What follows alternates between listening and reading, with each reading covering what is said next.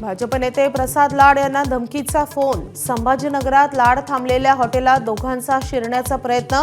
योगेश शितोळे पाटील आणि गणेश उगलेला घेतलं पोलिसांनी ताब्यात।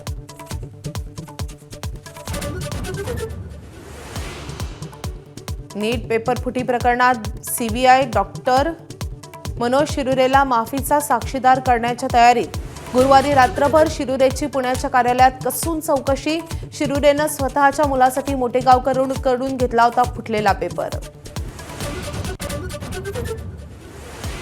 संजय शिरसाटांच्या वक्तव्यावरून महायुतीत खतखत। शिरसाटांची शिवसेनेच्या नेत्यांकडे तक्रार केल्याची राष्ट्रवादीच्या हसन मुश्रीफांची माहिती।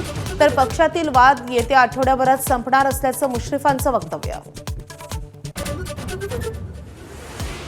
राज्यातील अनेक जिल्ह्यांमध्ये इंधनाचा तुटवडा। अनेक जिल्ह्यातील पंपांवर कॅन घेऊन वाहन चालकांची गर्दी। नंदुरबारमध्ये बाटल्या आणि कॅनमध्ये पेट्रोल डिझेल विक्रीवर बंदी। महाराष्ट्रात गायींची तस्करी केल्यास भोवणार। फडणवीस सरकार करणार मकोका अंतर्गत कारवाई। गायींची तस्करी खपवून न घेण्याचा सरकारचा पवित्रा।